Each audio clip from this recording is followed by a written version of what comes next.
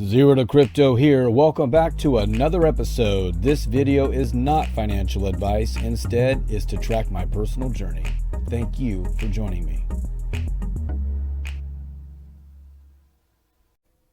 Good afternoon and welcome back to another episode. Zero to Crypto here. For those of you that is your first time, hello. I really appreciate you coming in and checking out the channel. Really hit that subscribe if you do find this information helpful. For those of you returning, hit that like right about now to help get this video out to more good folks just like yourself. I really do appreciate it. And we have a good video today. Is a little bit of a telling video, a little bit of hopium, a little bit of good and bad news to share with you guys. But overall, it's going to be okay. We are going to be okay, guys. I haven't been in the crypto space for too long. I mean, still within my first year. I've done quite a bit of research within the last especially within the last several months. But I can tell you, in my short ride, I have seen this play out several times. And these dips happen.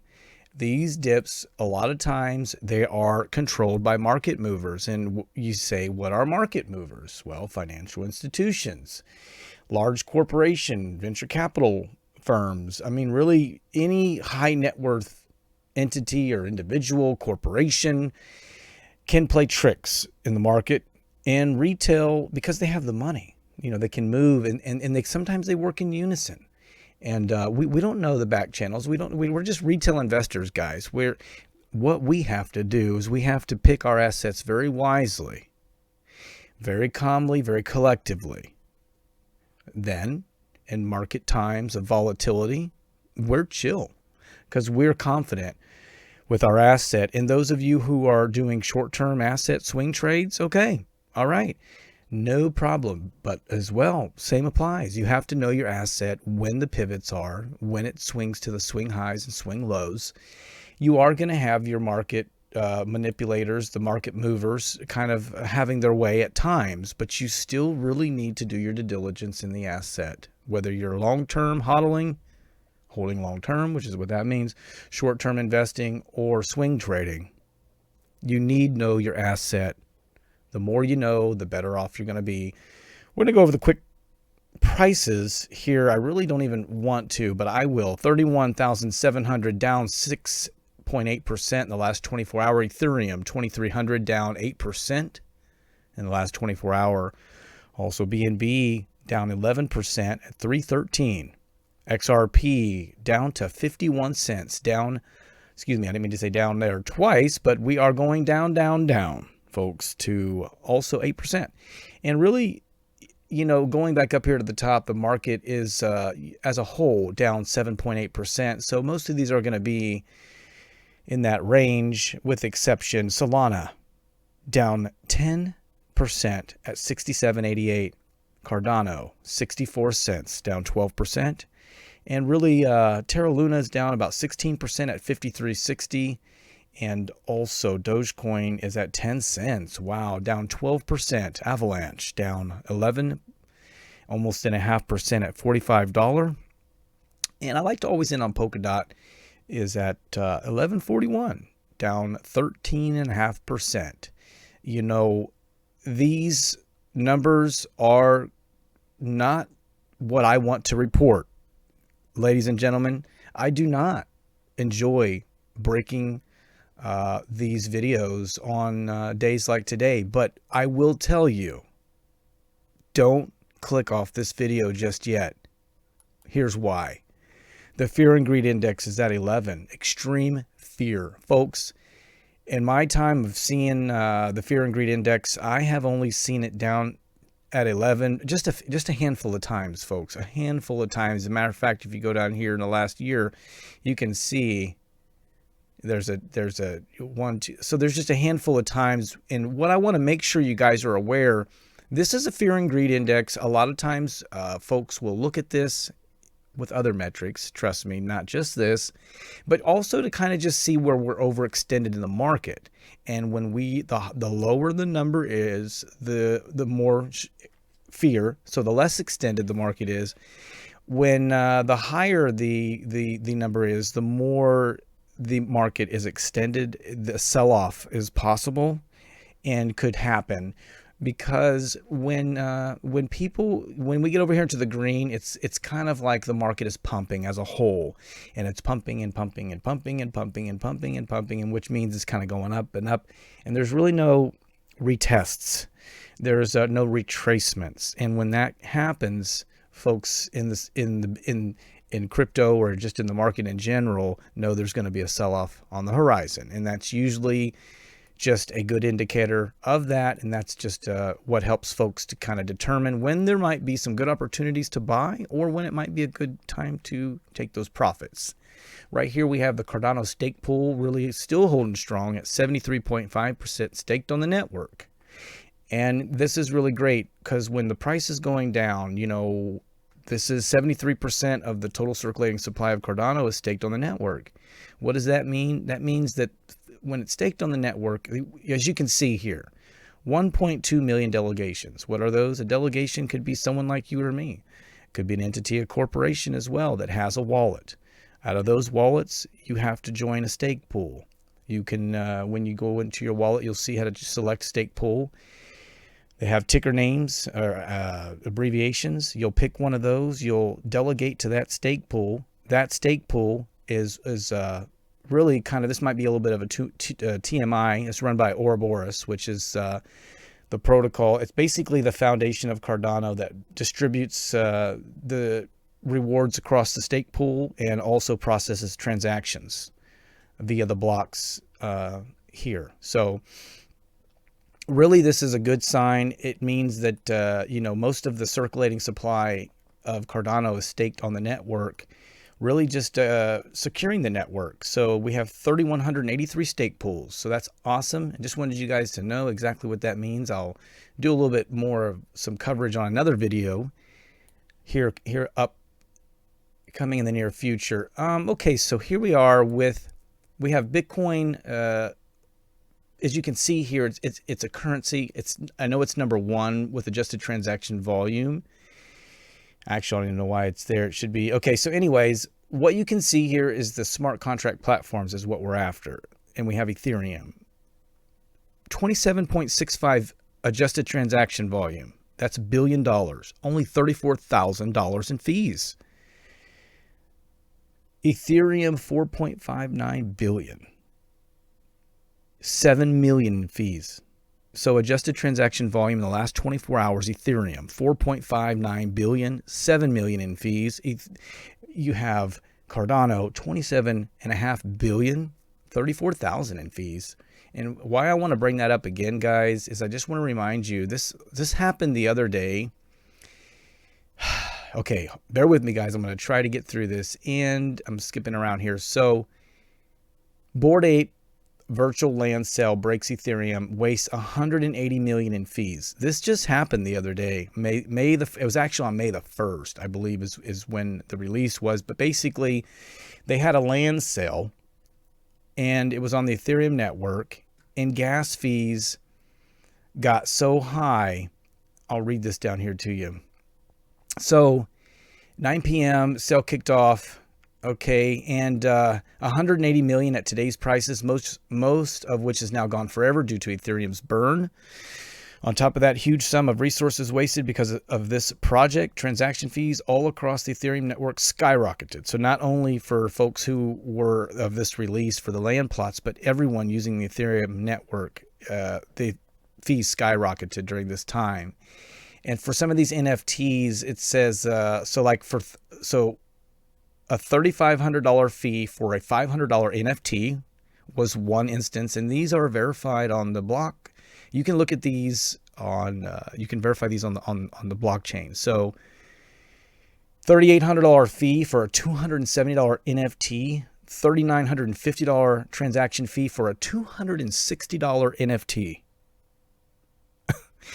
$3,300 transaction fee for a $25 NFT. And then down here, it goes on to say, in which I know this can happen regardless, not just when they're doing launches, but besides high fees, the transaction load resulted in a bottleneck that resulted in failed transactions that people still had to pay fees for, now in the thousands of dollars for nothing in return, not even. an NFT. So this will not happen on Cardano, and that's why I wanted to bring this to your attention. This kind of thing, Cardano's fees are set. They cannot go up due to network, congestion. They don't go. You can't tip. Excuse me. You cannot tip. Like on some of these, when you do a transaction on Ethereum, you can select which, the lower, mid, or high range of fees, but then you can also add a tip, which then they will process your transaction even sooner before the others, which also make the price goes up even higher. For those of you brainiacs out there, just to show you the minimal fees, this is for Cardano. How are the minimal fees calculated? And basically it's A plus B times size. And what that means is, when I have used Cardano network, it's right down here, this 0.16 ADA, which is 0.16, that's pennies, 20 cents, 15 cents. And so the reason for having a parameter A is the prevention of the DDoS attacks mentioned above. Even a very small dummy transaction should cost enough to hurt an attacker who tries to generate many thousands of them.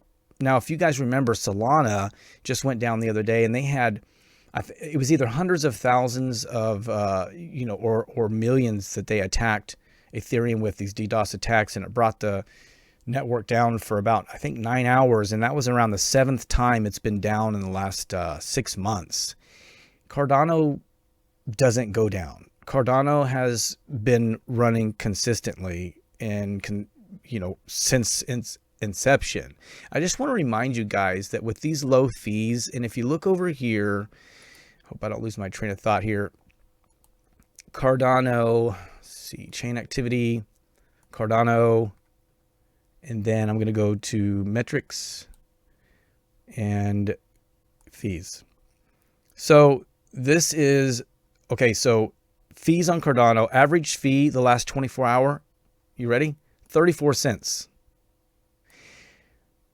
Median 24 hour Cardano fees on the network, 20 cents. Well, pause for dramatic effect, drop the mic, walk away. I don't know what else to do with that. So that just goes to show you where Cardano is headed, and why is it so important when it comes to Cardano, is because no other blockchain there's a trilemma. It's decentralization, security, and scalability. No other blockchain has been able to achieve all three. It's either scalability and decentralization, or security and decentralized, but they can't scale, which is what happened to Ethereum. But Cardano, and I flip to this, if you get your attention here, we're in the basho, the scaling right now. And once we get out of the basho, we're in the volataire phase, which is governance. And what I want to remind you guys is that once this is complete, Cardano will be the first blockchain to ever achieve all three. And I want to remind you guys that Cardano, a true blockchain, is run by the community. And I want to read something to you here. So the volataire era of Cardano will provide the final pieces required for the Cardano network to become a self-sustaining system. With the introduction of a voting and treasury system, network participants will be able to use their stake and voting rights to influence the future development of the network. For Cardano network to become truly decentralized, it will require not only the distributed infrastructure introduced during the Shelley era, but also the capacity to be maintained and improved over time in a decentralized way. To that end, the volataire era will add the ability for network participants to present Cardano improvement proposals, those are CIPs, that can be voted on by stakeholders leveraging the already existing staking and delegation process. To fund the future development of the network, Volataire will also see the addition of a treasury system whereby a fraction of all transaction fees will be pooled to provide funds for development activities undertaken following the voting process. When both a voting and treasury system are in place, Cardano will be truly decentralized and no longer under IOHK's management. Instead, Cardano future will be in the hands of the community who have everything they need to grow and evolve Cardano from the secure, decentralized basis established by IOHK. So there again, it just kind of goes to show you we're in the we're in the bash show going into the Voltaire era. Right now we're in scaling, and this is part of the trilemma. There's a lot on the line. I won't lie to you with this bash show. We have the June hard fork combinator event coming up at the end of June. We have another hard fork combinator event coming up in October. Also, a lot of these dApps are coming online on that June hard fork combinator event.